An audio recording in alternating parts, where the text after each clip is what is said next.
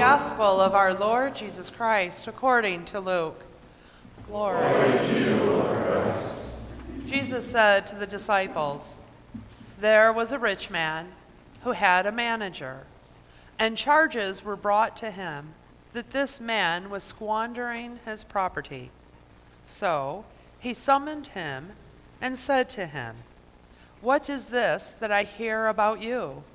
Give me an accounting of your management, because you cannot be my manager any longer.' Then the manager said to himself, 'What will I do now that my master is taking the position away from me? I am not strong enough to dig, and I am ashamed to beg. I have decided what to do, so that when I am dismissed as manager, people may welcome me into their homes.' So, summoning his master's debtors, one by one, he asked the first, 'How much do you owe my master?' He answered, 100 jugs of olive oil. He said to him, 'Take your bill, sit down quickly, and make it 50. Then he asked another, 'How much do you owe?' He replied, 100 containers of wheat. He said to him, 'Take your bill and make it 80.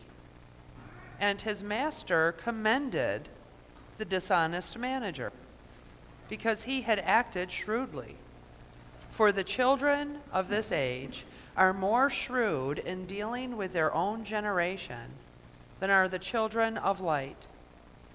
And I tell you, make friends for yourselves by means of dishonest wealth, so that when it is gone, they may welcome you into the eternal homes.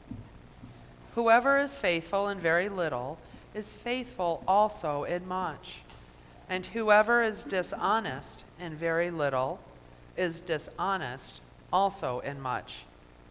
If then you have not been faithful with the dishonest wealth, who will entrust you with true riches? And if you have not been faithful with what belongs to another, who will give you what is your own? No slave can serve two masters, for a slave will either hate the one and love the other, or be devoted to the one and despise the other. You cannot serve God and wealth." The Gospel of the Lord. Marley was dead. So began Charles Dickens' book, A Christmas Carol, where we're introduced to Marley and that person that we associate with being miserly and cheap, Ebenezer Scrooge. In the book, A Christmas Carol, Charles Dickens describes Ebenezer Scrooge as this: "He was a tight-fisted hand at the grindstone, a squeezing, wrenching, grasping, scraping, clutching, covetous old sinner." Imagine having that on your tombstone. We're introduced to a man who cares much more about his wealth and the stuff that he can accumulate than the people around him. But before we get to Scrooge, we are introduced to the ghost of Marley. Marley was dead. He was still dead. But he came to visit Scrooge to warn him. And as he came pulling all these chains and boxes that had been attached to him as he forged his way through life. And Dickens said, through the voice of Marley, "I wear the chain I forged in life. I made it link by link, yard by yard. I girded it on my own free will, and of my own free will I wore it. Is its pattern strange to you, Scrooge?" To which Scrooge responded, "But you were always a good man of business, Jacob." "Business?" cried Marley. "Humankind was my business. The common welfare was my business. Charity, mercy, forbearance, benevolence were all my business. The dealings of my trade were but a drop of water in the comprehensive ocean of my business. And thus begins Scrooge's journey through his past, his present, and on into his future. And by the time he gets to the end, he is a man transformed. The miserly old bah humbug was now spoken of as the nicest of men who knew how to keep Christmas and to keep it well. Now, how many of us would throw our lot in with Scrooge? Not too many. How many of us would consider ourselves to be wealthy? A couple. In our gospel for today, we hear Jesus tell a parable that the only response you can give is, what?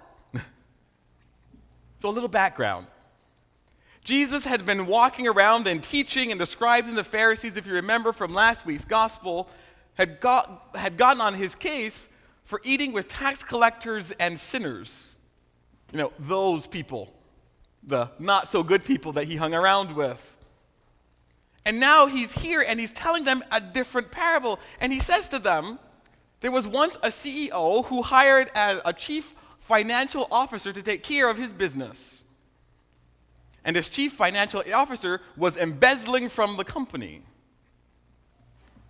And the CEO found out about it and called him into his office and said, "What are you doing? Why have you been squandering my property?" If you listen carefully to the gospel, it does not ask him, "Why have you stolen from the master?" He asked him, "Why have you been squandering what has been given to you?" And the guy, thinking, well, maybe I should dismiss him on the spot, gives him some time to go figure it out. So he goes over to all the folks that owed the master money and said to them, "Sit down and change your contract so that you can owe the master much less money." And he does this to the first one, and to the second one, and to the third one. And the master finds out and calls him back to the office and says, "I'm going to raise your salary and give you a bigger office and more responsibility." Now, to how many people does that make sense? None. Nobody would hire or would give somebody a raise who is stealing from them. A couple of years ago, the CEO of a pretty prominent company did a really, really bad job of managing said company. The company was losing money and employees, and so to get rid of the CEO, the board paid him $17 million to go away. Sounds a little bit like our gospel for today, doesn't it? That was the CEO of a Fortune 500 company just a couple years ago. So you see, Jesus' parable is as relevant now as it was then. So what do we make of this? Why is Jesus telling his disciples to make friends with dishonest wealth? And then he ends by saying, you cannot serve God and wealth. Now, there are three things that you're not supposed to talk about in polite society: money, politics, and religion. You're getting two this morning. So let's talk about money. Jesus is not saying that wealth is bad. Let me say that over here again. Jesus is not saying that wealth is bad. He's not saying that money is bad. He's not saying that having money is bad. What he's saying is that when wealth becomes the idol that takes over who we are, we have lost sight of whose we are. He invites us to see the wealth that we are given as a tool for helping those who are around us, like Marley wanted to do now that he was dead. That Scrooge got the opportunity to live once again and to be a benefit of those all around him. You see, many of us don't consider ourselves to be wealthy. But as if you're measuring your self-worth by your bank account, many of us are not wealthy. But we are so wealthy in so many other ways. We're wealthy in the time that we give to those whom we love. We're wealthy in how we treat other people. And we're wealthy in the ways that we use the things that we have been given to somehow benefit others. You see, money doesn't really care who owns it. Those extra zeros in our bank account doesn't really make a difference to the zeros. But how we engage with each other, how we treat one another, how we are people of God together makes a difference. You see, I think most of the time, the reason why we don't want to talk about wealth is because most of us don't have any wealth to talk about. But the reality is, you and I are rich beyond measure. We are rich in knowing that God loves and cares for us deeply, despite what our bank account may say. And what Jesus invites us in our gospel for today to do is to remember that wealth is owned by us, not the other way around. When we are owned by our wealth, something is wrong. As you've heard me say a couple of times, we put the emphasis on the wrong syllable. And so Jesus reminds us that we are supposed to put our trust, our hope, our love, our whole selves into loving God, and that idol of wealth comes second, or third, or 10th. Love people, not things, would be a great way of summing up this morning's gospel. Because none of us in our lives will say, well, you know, I really loved my deep freezer. It gives me such joy to go down there and give the freezer a hug every once in a while. Well, Josh, you might be different, but none of us go outside and say to our car, you know, I really love the feeling of having to put gasoline in you. You really make me feel warm and fuzzy inside. But the people in our lives, I'll grant you animals every once in a while, the cats and dogs, but the people in our lives are the things that matter the most, because what they give us we can never repay. We can never put a price on the hug from someone when we are feeling down and out. We can never put a price on a word spoken at the right time when we needed to hear that word. We can never put a price on sitting on a bench watching a sunset with somebody that you love. So Jesus reminds us that our wealth is not in terms of our material things, of our money, but in how and who we spend our time loving. I think now more than ever it is a really good reminder. A couple of years ago, a bishop wrote that if you want to see what someone values, read their checkbook. If you want to see what someone values, read their checkbook. A checkbook is a theological statement. I think that's worth repeating. A checkbook is a theological statement. It is a reminder that we are to use the wealth that God has given us for the benefit of others and not just ourselves. A little while ago, I was reading this interesting article after watching a show on HGTV, Lottery Winner Homes or something like that. It's this terrible show that I probably shouldn't be watching, of these people who win the lottery of some kind and they need to go out and find a house, but they have to find a house within their means.